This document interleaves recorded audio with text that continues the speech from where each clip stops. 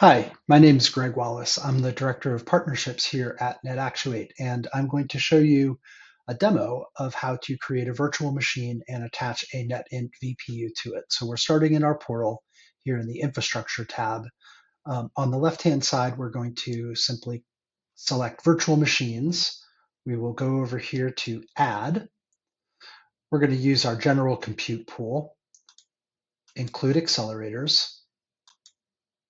We'll pick VPU, North America, and our RDU dev environment.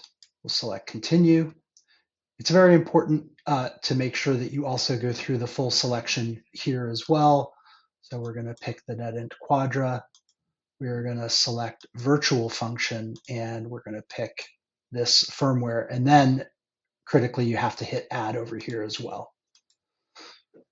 We will determine the resources that we want for our virtual machine using the slider, hit continue, pick an operating system. Just going to go with Ubuntu. This is all fine. I don't need quick firewall rules. We will generate a random password.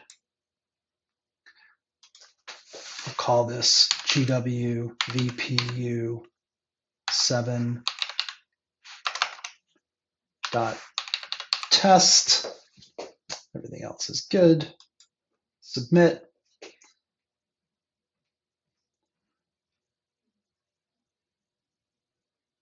This is usually pretty quick.